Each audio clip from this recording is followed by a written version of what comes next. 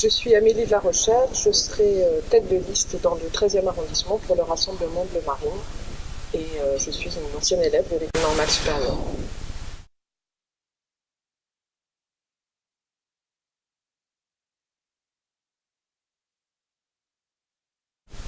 Donc ce qui s'est passé, c'est que très officiellement, le candidat à la mairie de Paris, Valjean de Saint-Just, avait demandé aux adhérents, sympathisants et candidats du Rassemblement Bleu Marine et du Front National d'être ensemble sur les Champs-Élysées, comme c'est le cas à chaque commémoration nationale importante.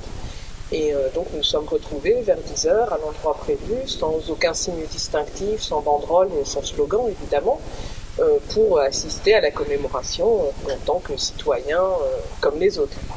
Donc au bout d'un moment, nous avons été encerclés par la police qui nous a prié de partir rue Balzac. Nous avons obtempéré parce que nous n'avions pas tellement le choix. Donc nous avons été privés des Champs-Élysées. Après quoi, nous avons vu passer avec slogans, banderoles, écrits assez virulents des gens qui se proclamaient contre le fascisme, contre le Front National. Donc nous nous sommes dit que la police avait voulu nous mettre en sécurité en fait en nous exfiltrant de la foule pour éviter une confrontation directe. Bon, après quoi nous avons encore attendu, nous avons vu passer de loin le cortège du président, que nous n'avons pas pu huer puisque nous étions beaucoup trop loin pour ça. Et ensuite nous avons été embarqués dans un bus de garde à vue sans explication.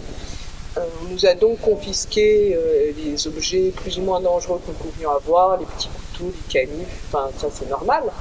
Et la police française m'a demandé de renoncer au drapeau français qui, sur les Champs-Élysées le 11 novembre, a donc été considéré comme un objet dangereux. Et le policier qui m'a pris mon drapeau m'a bien dit que c'était dangereux.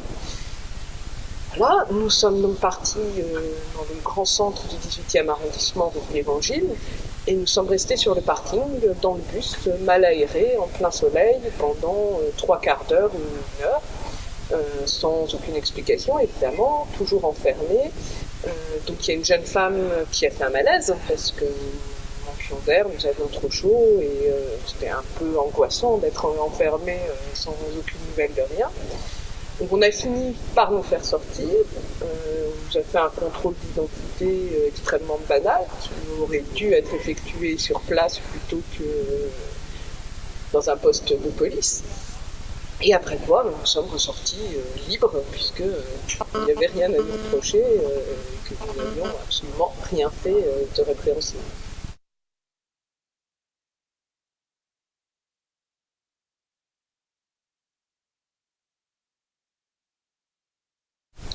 Exactement, nous n'avions évidemment pas l'intention, nous n'étions pas venus pour manifester politiquement, nous étions venus pour assister aux commémorations du 11 novembre, comme chaque année. Parce que chaque année, et à chaque cérémonie officielle, le Front National et la Fédération de Paris sont présents, et dans la plupart des communes de France, le Front National était présent. Et évidemment, les candidats aux élections municipales sont présents aux cérémonies organisées dans la municipalité. Ça paraît la moindre des choses. Donc c'était extrêmement banal en fait, comme notre démarche, et civique et normale.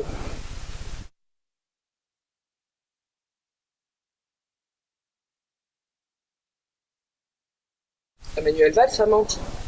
Et il a sciemment menti, et on peut se demander pourquoi est-ce que les policiers nous ont encerclés avant même que quoi que ce soit ait pu se dérouler.